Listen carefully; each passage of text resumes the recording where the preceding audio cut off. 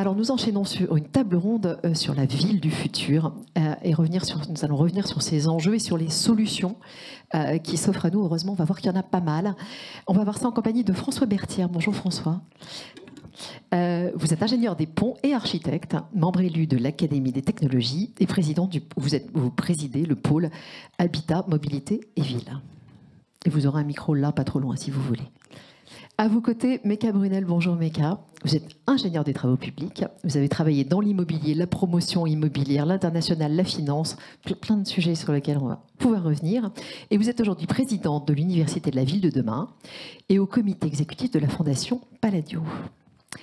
À vos côtés, Olivier Durex. Bonjour Olivier. Vous êtes directeur général des offres et clients chez Bouygues Immobilier et également au comité exécutif de Palladio. À vos côtés, Soo-Jin Kim. Bonjour, vous êtes chef adjointe de la division Ville, Politique urbaine et Développement durable à l'OCDE. Alors aujourd'hui, je disais qu'on allait s'appuyer un peu sur l'exemple de tout à l'heure. Quels sont les défis de nos villes? On a vu ceux de la métropole du Grand Paris, mais plus globalement, qu'est-ce qu'on a comme enjeu, comme défi? Meka, peut-être pour commencer. Bonjour à toutes et à tous. Peut-être 4 chiffres quand même pour se rappeler quelques enjeux qu'on a entendus au sommet de l'Université de la Ville de demain l'été dernier. 2, 50, 75, 80. Les villes représentent 2% de la surface du globe, 50% de la population, 75% de consommation d'énergie et 80% d'émissions de gaz à effet de serre. Ça nous montre les enjeux et l'étendue du travail qui nous reste à faire. Tout à l'heure, M. Benisti nous parlait de ce qu'il a fallu comme investissement, comme temps, comme délai pour créer une partie des gares de la métropole de Grand Paris.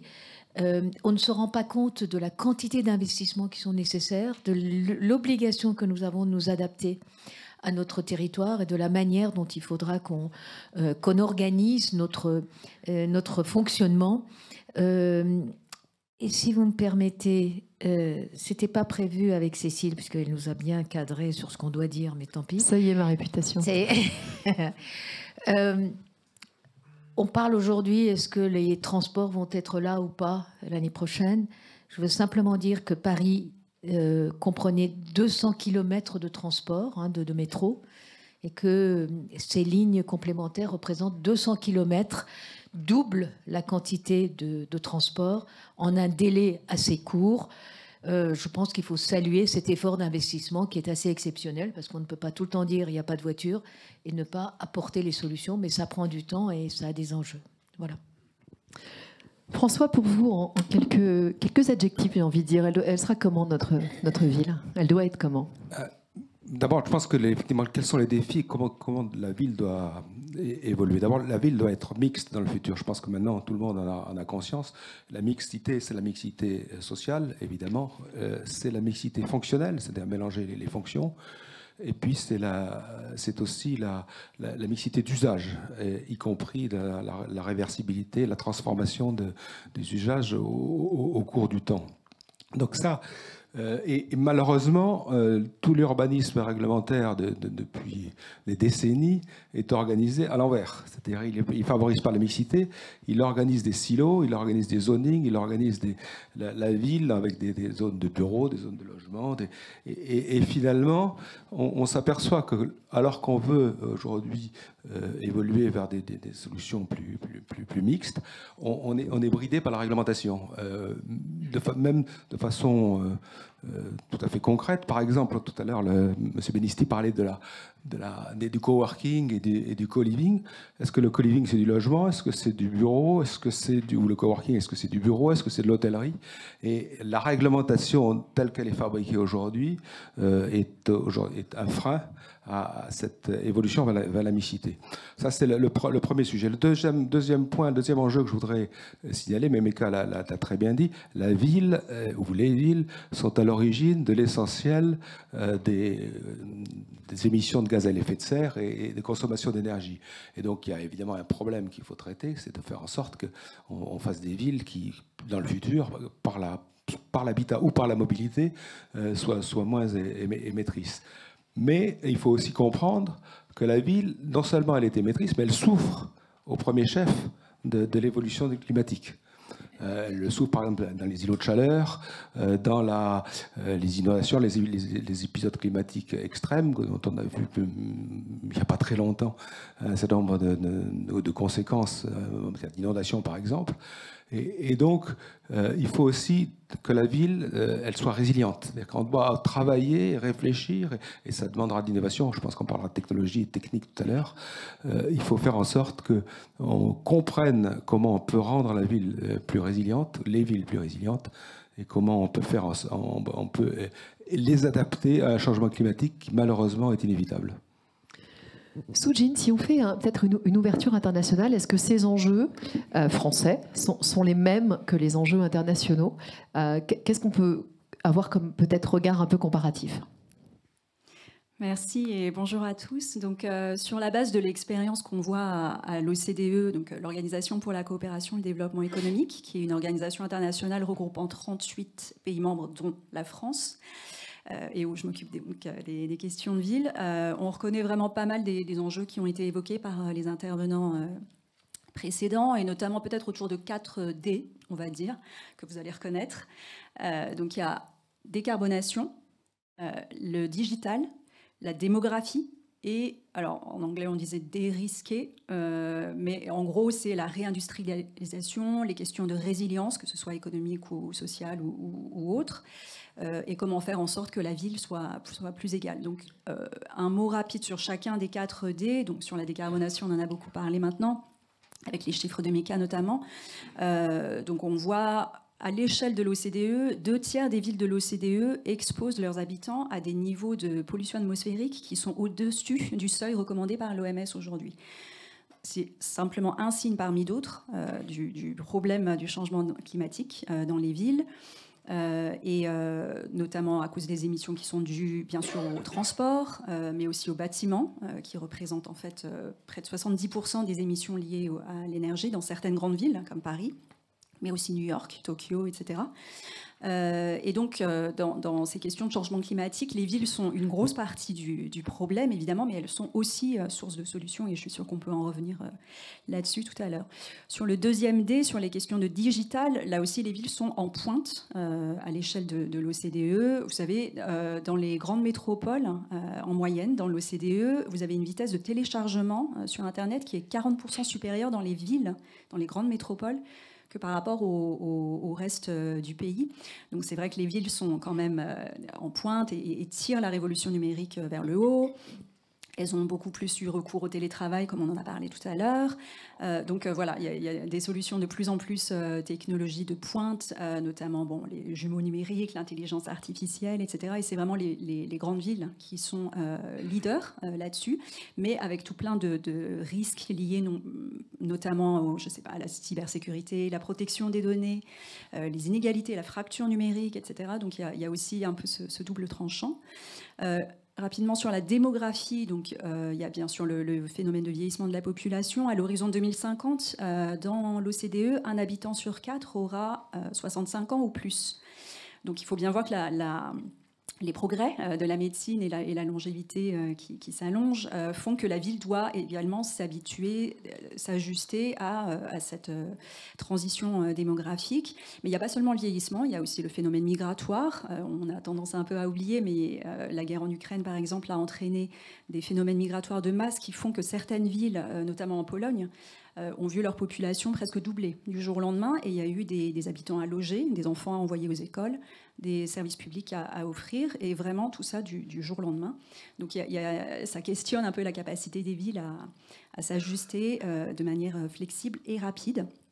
Et enfin, sur le dernier D, donc les questions de dérisquer, les investissements et la réindustrialisation. Donc, la crise de Covid-19, la guerre en Ukraine, qui a posé, donc, ça aussi, presque du jour au lendemain, les questions de chaîne de valeur mondiale, a vraiment réinterrogé le fait que les villes doivent peut-être songer aussi à se réindustrialiser, à revoir leur industrie manufacturière, à ramener de la production en ville. Donc ça interroge évidemment le tissu économique et social de la ville. Et pour finir, une question qui est vraiment transversale à ces questions de 4D, c'est la question des inégalités, parce que tous ces phénomènes, toutes ces transitions mettent en lumière en fait des inégalités et des fractures qui étaient déjà présentes au sein des villes. Vous savez que les villes, plus une ville est grande, plus elle est inégale, en tout cas d'après les données de l'OCDE. Et il ne faudrait pas que ces transitions et ces moteurs de progrès creusent encore plus les inégalités qui existaient déjà au sein des villes. Donc c'est là où vraiment les collectivités territoriales, mais aussi les États, ont un rôle clé à jouer pour faire en sorte que la ville puisse bénéficier à tout le monde. Merci beaucoup, Soudine. Olivier Durix, je sais que vous avez un peu regardé à travers une étude qu'a faite Bouygues, ce qui pourrait expliquer ou permettre certains blocages. Alors expliquez-nous ça. Oui, moi je dirais pour ajouter au propos de ce qui vient d'être dit que la ville à l'horizon 2050, elle a besoin à mon sens de deux choses. D'abord, d'un point de vue politique, d'un nouveau contrat de confiance entre ceux qui font la ville et les élus. Moi, je crois qu'on a vu les premières fissures se faire dans ce qui est cette crise qui a été ensuite accélérée par le Covid, la guerre en Ukraine, etc. Mais dès les élections, d'ailleurs c'était concomitant, les premiers confinements et les élections de 2020. Et donc, du coup, à mi-mandat, effectivement, on a lancé une étude avec Boson Project. On est allé interroger une trentaine de maires de toutes sortes de villes, toutes couleurs politiques, et dans lequel on a essayé de faire un certain nombre de constats, de les interroger sur leurs besoins et surtout sur leur rapport aux acteurs de la ville. Voilà. Donc bon, les constats ils sont assez partagés. D'abord sur l'obligation qu'il y a de faire des villes plus habitables, plus vertes, et de mettre plutôt l'accent. On a vécu 2 décennies d'hypercroissance. Peut-être qu'il y avait besoin de cette pause-là pour reposer les bases d'un contrat. Et ils nous disent, nous, on a effectivement, et on a besoin de vous, on a besoin du privé, le public a besoin du privé, mais dans un autre ordonnancement des choses, avec peut-être une vision un peu moins, j'allais dire, prédatrice du foncier, et de se concentrer sur ce qui existe. La ville de 2050, en vrai, elle est déjà là à 80%, et elle a besoin de se transformer, donc aidez-nous à la transformer. Ça, c'est la première chose, mais nous, on a besoin aussi d'eux, d'un point de vue réglementaire, on y reviendra. Et je pense que la deuxième chose, c'est sur les business models. On parlait tout à l'heure du co-living, du co-working. Je pense que nos métiers, la promotion immobilière en particulier, dans le bureau comme dans le résidentiel, va être confronté à des nouveaux contrats pour gérer ses actifs. Et que peut-être que demain, le bail ferme 9 ans, qui la règle et qui stabilise nos business models, qui a bien vécu pendant toutes ces années-là, va être percuté par une autre façon de consommer la ville, dans le bureau, dans le logement. Le digital a apporté beaucoup de choses là-dedans et a créé ces nouvelles. D'ailleurs, on voit d'ailleurs dans la chute de WeWork que ces modèles doivent muter. Donc voilà, moi je pense qu'il va y avoir de profondes transformations sur nos façons de les faire et de les financer. François, vous allez récupérer la parole officiellement là, si vous... Je voudrais revenir sur la réglementation, parce qu'on sent que c'est à la fois un élément bloquant, François l'a évoqué, mais c'est aussi quand même quelque chose qui a poussé le secteur à avancer. Meka, peut-être sur le... Est-ce que la réglementation suffit ou est déjà trop présente? Alors, en France en particulier, d'abord, on a été quand même pas mal à la pointe sur ces sujets environnementaux depuis très longtemps. C'est la loi ou l'entreprise ou les entreprises? La loi, les entreprises. On a commencé à travailler il y a une trentaine d'années, en tout cas que je me souvienne. J'étais quand même un peu plus jeune. On a énormément fonctionné là-dessus et on était demandeurs et on était plutôt... je pense que mes collègues, François, tu t'en souviens, on était quand même bons élèves, on a appris en marchant, etc. On a commencé par les lois sur l'amiante, par exemple. Donc on a considéré que, je me souviens à l'époque, on disait, moi j'étais chez Simco, qui était l'ancêtre de Gessina, et on avait pour, je ne sais pas combien, 180 millions de francs de désamiantage de l'ensemble. non mais il y en a qui ne se souviennent pas du franc, mais ça a existé, du désamiantage de l'ensemble du patrimoine, et on se demandait comment on allait faire, etc. Bon, on l'a fait. On y est arrivé, on a absorbé, on a été innovant, ça a coûté de l'argent, mais c'était pas de l'investissement, hein. Ça c'est pour le coup du dépense. Mais enfin bon, on l'a fait, on a avancé. C'est pour dire comment les esprits avancent. Le problème, c'est qu'en France, on donne des objectifs, et comme partout dans le monde, et on donne la marche à suivre de l'objectif. Comment il faut faire pour y arriver ? Et ça nous bloque quand même pas mal. Et puis en plus, on a une espèce de frénésie de création de lois. Je me demande si le non-cumul des mandats, notamment entre maires et députés, n'a pas poussé encore plus, parce que les députés sont devenus des fabricants de lois professionnels. Nous, à l'Université de la Ville de demain, on demande, on va en parler dans les actions collectives, pas de nouvelles lois, pas de nouveau budget, mais on fait en économie circulaire, on essaie de comprendre comment on peut utiliser ce qui existe. Mais surtout, le fait de donner les moyens d'y arriver, c'est quand même, c'est très centralisé, j'allais dire bobo parisien. Et je vais vous donner un exemple qui m'est arrivé ce week-end. Je suis allée, j'ai été virée de chez moi, je vous raconte ma vie, par le petit-fils. Et donc, nous sommes allés à Saint-Dizier avec mon mari. On va aller regarder ce qui se passe, etc. Très gentiment. Il se passe beaucoup de choses. Accueilli, absolument. Et aujourd'hui, c'est le grand jour. Je salue Quentin Brière, et le maire nous montre une place qu'il va refaire. Et je lui dis très doctement, très bobo parisienne, mais alors, mais vraiment tout à fait le prototype de la personne qu'il ne faut pas. Je lui dis, quand même, ne mets pas du bitume, ça serait bien que tu désimperméabilises désimperméabilises la place, etc. Et il m'écoute très poliment. J'ai un camarade iranien dans la salle que je salue. Voilà. En persan, il y a un proverbe qui dit il m'a regardé d'un regard chagrin, le regard de l'intelligent dans l'imbécile. Donc c'était vraiment, je me suis sentie comme ça.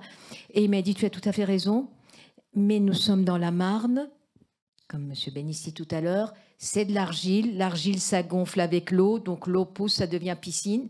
Donc, il faut offrir des galoches à tout le monde, etc. On ne peut pas désimperméabiliser aussi facilement. Nous sommes à la FNTP. Il y a des solutions techniques, mais ça coûte une fortune. Et qui paye, comment, etc. Et le problème du financement. Tout ça pour vous dire qu'il faut qu'on arrête. André Hichet, le président Hichet qui est présent dans la salle, milite pour la territorialisation de nos actions. Il faut vraiment qu'on soit au plus près, qu'on ait des objectifs, mais qu'on soit au plus près du territoire, qu'on sache ce qu'on doit faire et de façon concrète sur le terrain. Il faut avoir des objectifs, mais sur les solutions, il faut qu'on soit collectif et qu'on soit sur le terrain. Et c'est ce qu'on essaye modestement de faire. Donc, après avoir été extrêmement honteuse, mais j'ai pris une belle claque d'écologistes de salon qui lit des articles et qui écoute des podcasts. Non, mais c'est bien la presse. Voilà. Hein, c'est vraiment le fait de se dire qu'il faut être concret, qu'il faut être dans des actions collectives, qu'on mette toutes nos têtes ensemble, comme disaient les Québécois, et qu'on trouve des solutions ensemble, et qu'on ne soit pas dans l'obligation de faire yaka faucon, mais qu'on laisse la chance de l'adaptation au terrain. Alors, on est déjà dans les... Je vous laisserai réagir, Olivier, mais dans les solutions, justement, si on enchaîne, la territorialisation, c'est la première des solutions. Je vous cède la parole. Oui, non, sur la régulation, je ne pense pas qu'on soit contre la réglementation et la régulation, pour autant qu'elle accompagne les mutations et les transformations sur deux sujets qui vont parler à tout le monde, comme les obligations qui ont été fixées en matière de DPE et en matière de ZAN, donc zéro artificialisation nette des sols. On a des objectifs qui ont été fixés très élevés et dont aujourd'hui tout le monde se demande mais comment ils vont être atteints, comment c'est matériellement possible de pouvoir les satisfaire.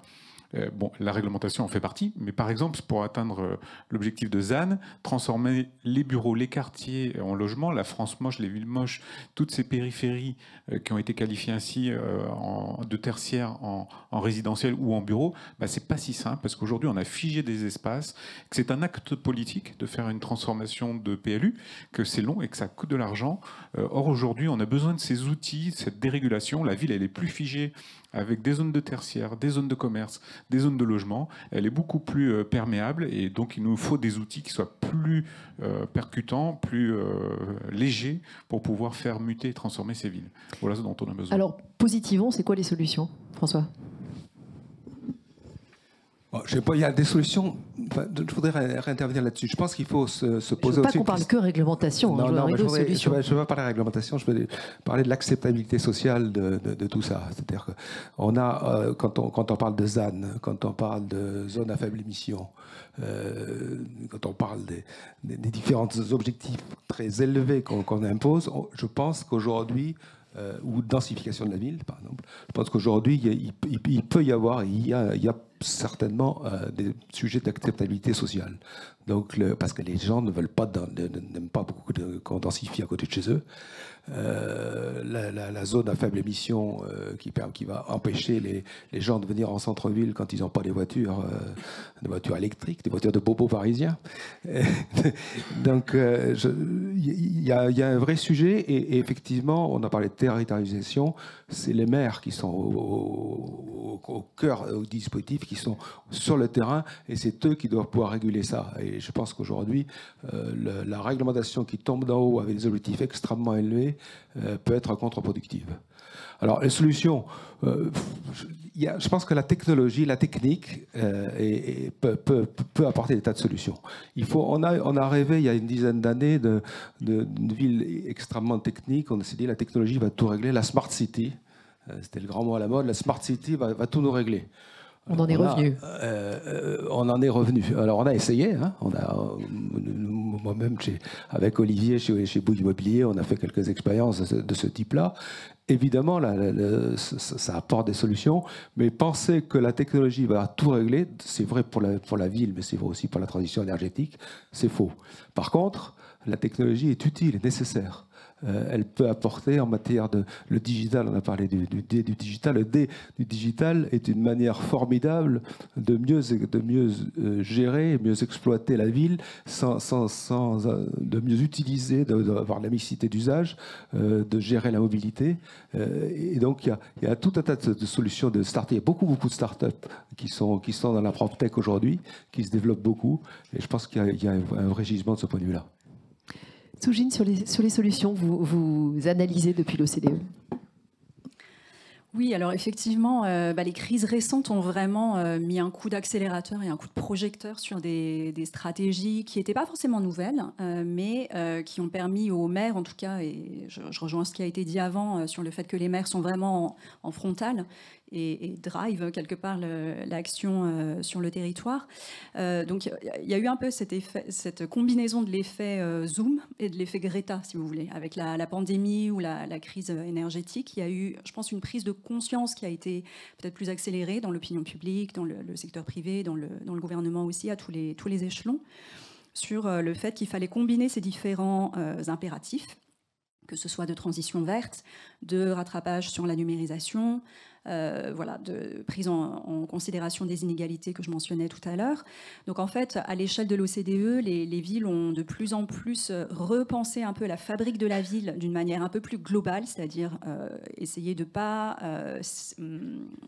sectorialiser les stratégies de développement, dépasser les silos entre différents secteurs. Donc on travaille à l'OCDE avec notamment un groupe de maires, une soixantaine, 70 maintenant, de maires qu'on a choisis et identifiés dans le monde entier pour leur engagement, pour une croissance qui soit plus inclusive. Et on voit vraiment des solutions qui sont, alors pas forcément technocentrées, hein, mais et qui sont fondées sur le bon sens quelquefois, mais vraiment fondées sur l'action collective et l'engagement avec les citoyens. Donc on a des villes, Bogota par exemple, en Colombie, qui la maire qui quitte son poste maintenant, mais Claudia Lopez, qui a vraiment investi massivement dans tout ce qui était pistes cyclables, rendre la ville aux habitants, remettre l'humain au centre. Alors ça fait 40 ans que la ville de Bogota, elle ferme tous les dimanches 7 heures. Pendant 7 heures, une grande partie de la ville pour la rendre aux piétons et aux cyclistes. Donc, depuis 40 ans, ce que Paris fait depuis quelques années aussi. Mais repenser vraiment cette ville plus verte, plus respirable, plus égalitaire. Il y a aussi des villes comme Reykjavik en Islande. Alors, c'est des villes qui étaient très centrées sur la voiture, tout simplement du fait de sa géographie, de sa topographie et de son histoire, mais qui, pareil, repensent à ramener la nature dans la ville, à redonner aux citoyens les moyens de se déplacer et quelquefois de réduire en fait leurs besoins en mobilité. En fait, il faut aussi penser que, voilà, au lieu d'investir tout le temps sur les moyens de comment ramener les gens d'un point A à un point B, peut-être qu'on peut également réduire leurs besoins en mobilité, tout simplement en ramenant donc, les biens et services publics plus près d'eux, et d'où les concepts de ville du quart d'heure à Paris. Enfin, bon, c'est un quart d'heure à Paris, mais à Bruxelles, c'est 10 minutes, à Sydney, c'est 20 minutes. Enfin, voilà, il y a vraiment un mouvement pour repenser le développement urbain dans son intégralité. Oui, Olivier, peut-être dans les compléter, exemples positifs, je voudrais mettre en perspective une opération qu'on réalise avec Poste Immobilier sur le patrimoine remarquable de la Poste, des anciens bureaux de poste qui ont perdu leur usage premier de centres de tri, qui se sont vidés. On a un partenariat ensemble pour réaliser et transformer une dizaine de bureaux de poste en résidences seniors. On en a livré une récemment, c'est l'hôtel des Postes de Strasbourg. On en réalise une à Châteauroux, à Brest, à Perpignan. On croise les enjeux de démographie et densification. Et à Brest, au pied de la mairie, donc un bâtiment remarquable, vide depuis une dizaine d'années, parce que tous ces centres de tri se sont exportés en périphérie des villes. On va ramener une population qui, elle, a besoin de la proximité avec les centres-villes, les services de commerce, en réalisant une résidence senior. Ça a nécessité un long partenariat. Là, je parlais de business model, mais pour le coup, ça réunit des acteurs qui ont cette capacité à mettre en jeu un patrimoine, le transformer sur le temps long, un promoteur et un exploitant. Voilà, ça fait partie des solutions. Et autre solution, pour moi, c'est vraiment l'intensité d'usage. Je pense que les collectivités, les gens en général, je pense qu'il faut désimmobiliser l'immobilier. C'est un de mes créneaux, mais désimmobiliser l'immobilier, c'est le rendre plus fluide. Je pense que la digitalisation va permettre de rendre les usages et l'intensité d'usage possible. Un petit exemple, à côté de nos bureaux à Issy-les-Moulineaux, je crois qu'on a dû réaliser, François en était l'artisan, la plupart des sièges qui sont autour de Microsoft, Accor, Bouygues Immobilier, depuis peu Canal+, et Orange. Je crois qu'il doit y avoir à peu près 7 ou 8 auditoriums comme celui-ci, voire même plus grand, dans un espace de moins de 500 mètres. Ce qui semble, dont le taux d'occupation, j'aimerais bien qu'on le mesurer un jour, il doit être proche de moins de 65 jours sur 365. Quand c'est 65 jours. Bref, tout ça pour dire que ça semble être une hérésie économique pour ceux qui les portent, pour ceux qui les réalisent et pour ceux qui les exploitent. Je pense qu'il y a des solutions que le digital permet de mutualiser ces usages. Méca, en complément. Oui, je voulais rebondir sur ce sujet de mixité d'usage et de poser la question: à quoi servent nos immeubles? Quel est l'usage en fait? On n'est pas en train de créer des monuments historiques qu'on fera visiter, ni des ruines, puisque des immeubles vont se vider définitivement et qu'on fera visiter en disant voilà, c'est le Parthénon moderne. Donc, regardez quelle est la finalité et répondre à la question du pourquoi. Et on trouvera le comment pour aller dans ce sens-là. Et tenir compte. Et puis, le citoyen est assez adulte, et quand on lui explique les choses, est capable de comprendre. Je prends pour exemple ce qu'a fait RTE l'année dernière avec les problèmes d'électricité. On nous disait, voilà, on va manquer d'électricité, ça va être l'horreur, il faudra vivre dans le froid total, etc. D'ailleurs, il n'a pas fait si froid que ça. Mais en faisant énormément de pédagogie, plus en mettant en place un outil assez simple qui était EcoWatt, qu'on pouvait consulter tous les jours, on a réussi à baisser notre consommation de 10%, même pas mal. Il faut qu'on continue parce qu'il y a de la marge de manœuvre. On n'a pas souffert, on ne peut pas dire qu'on ait mis des moufles. Donc je pense que la technologie peut être aussi une aide à la décision avec la pédagogie et le fait d'expliquer aux citoyens. On est capable de comprendre. On revient aussi là à ce que vous disiez tout à l'heure, à ce périmètre égal. C'est-à-dire qu'en fait, on a déjà les moyens d'agir avec tout ce qu'il faut. Il faut juste en faire le meilleur usage. Arrêtons d'inventer des nouvelles règles et des nouvelles lois. Je suis sûre que dans notre caisse à outils, on en a suffisamment pour pouvoir s'amuser, voire mettre de l'ordre dans ses armoires. François ? Oui, sur cette histoire de mixité d'usage et d'intensité d'usage des bâtiments, je pense qu'il ne faut pas oublier le problème du financement. C'est-à-dire que les financiers, ils ont besoin d'avoir une vision long terme des revenus qu'ils vont avoir. Et donc, en face, tout ce qu'on est en train de dire, c'est que les entreprises, mais les particuliers, les citoyens, eux, au contraire, ils veulent de la souplesse. Et ils ne veulent pas d'engagement long terme. Une entreprise, elle peut lui dire qu'elle s'engage sur un bail de 9 ans ou 12 ans aujourd'hui, elle ne sait pas où elle sera même dans 2 ans. Donc la difficulté qu'on a, on a besoin aussi d'inventer des modèles économiques qui permettent d'avoir un flux de revenus sur du long terme, parce que c'est comme ça qu'on peut investir. Hein, et je ne pense pas qu'Éric dira le contraire tout à l'heure. Et en face, d'avoir des usages qui sont plus des usages des engagements de long terme. Donc tout le schéma sur lequel on a fonctionné jusqu'à maintenant, qui était de dire on prend des entreprises, enfin des occupants d'immeubles qui s'engagent sur le long terme, qui fabriquent un flux financier, ce qui permet de financer, d'investir. Ce postulat, il est en train d'exploser. Donc il faut trouver un moyen pour que des financements de long terme puissent s'investir sur des objets qui sont à usage de court terme. Un mot sur le financement, peut-être, Sogine, que vous avez aussi regardé. Oui, alors il se trouve que les crises et les chocs récents ont quand même porté un coup aux finances des collectivités publiques dans l'ensemble des pays de l'OCDE. Alors les collectivités territoriales, ça représente à peu près 60%, ou en tout cas les 2/3, on va dire, de l'investissement public total dans les pays de l'OCDE. Donc les collectivités territoriales font déjà beaucoup. Or, tout ce qui est crise, pandémie, etc., a drastiquement gonflé les besoins en dépenses des collectivités, ce qui fait qu'il y a eu une sorte d'effet ciseau, si vous voulez, un besoin accru de dépenses, notamment dépenses de santé ou dépenses d'infrastructures et de services publics, et des ressources fiscales qui étaient en baisse, ce qui fait que les ressources des collectivités territoriales se sont retrouvées un peu prises dans ce goulot d'étranglement. Les besoins d'investissement continuent à augmenter avec le phénomène d'urbanisation qui continue. On sait qu'à l'horizon 2050, de toute façon, les villes, elles vont pas perdre des habitants à l'échelle massive. Enfin, on sait que plus de la moitié de la population mondiale habitera en ville d'ici 2050. Donc, il va falloir loger tous ces habitants, éduquer leurs enfants, fournir des services de santé et tous les autres services qui vont avec. Donc voilà, il y a un appel un peu à repenser le coût financier des solutions. Effectivement, il faut aller chercher les moyens de financer ces ambitions, et ça passera vraiment par une action collective. Ça ne sera pas juste les collectivités territoriales, ni l'État tout seul, ni même le secteur privé. Et c'est pour ça d'ailleurs qu'à l'OCDE, on a produit un rapport cet été pour la présidence du G20, qui s'intitule « Financer les villes de demain », dans lesquelles on demande justement à regarder toute la palette d'instruments financiers qui existent et quelquefois à les innover.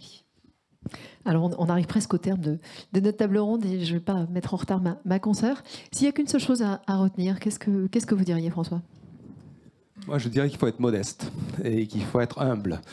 Parce que personne ne sait exactement comment fonctionneront les villes en 2050. Moi, j'ai fait partie de l'aventure des villes nouvelles. Il y a une quarantaine d'années. À l'époque, on pensait qu'on allait réinventer l'urbanisme et que ça avait une solution miracle pour régler tous les problèmes de la ville. Bon, les villes nouvelles n'ont pas que de mauvaises choses, mais on voit aussi que tout ce qu'on avait imaginé à l'époque ne s'est pas passé comme ça. Donc je pense qu'il faut être modeste, il faut se dire, faisons des choses qui puissent être adaptables, réversibles, transformables. Sinon, on s'apercevra en 2050 que finalement on a fait des choses magnifiques, mais qu'elles ne marchent pas. Méca.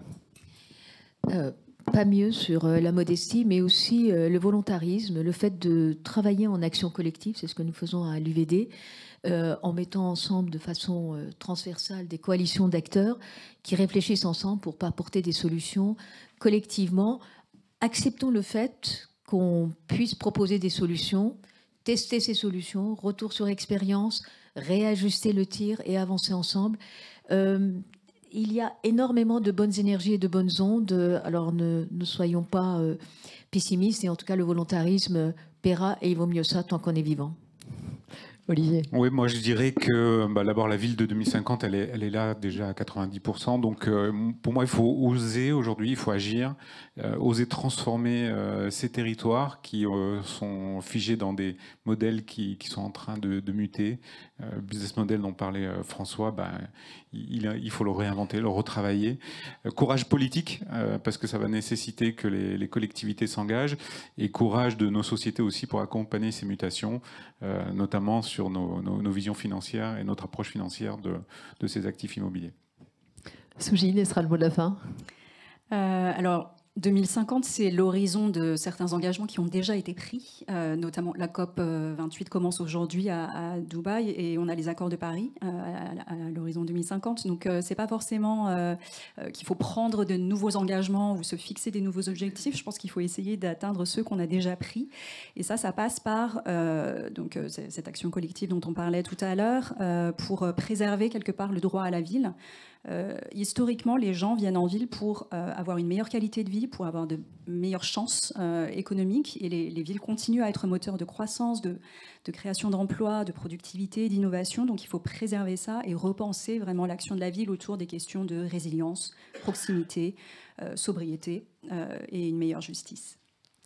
Merci beaucoup à tous les quatre. Je pense qu'on peut vous applaudir. Et je vais recéder la scène à Stéphanie Roy pendant le jingle.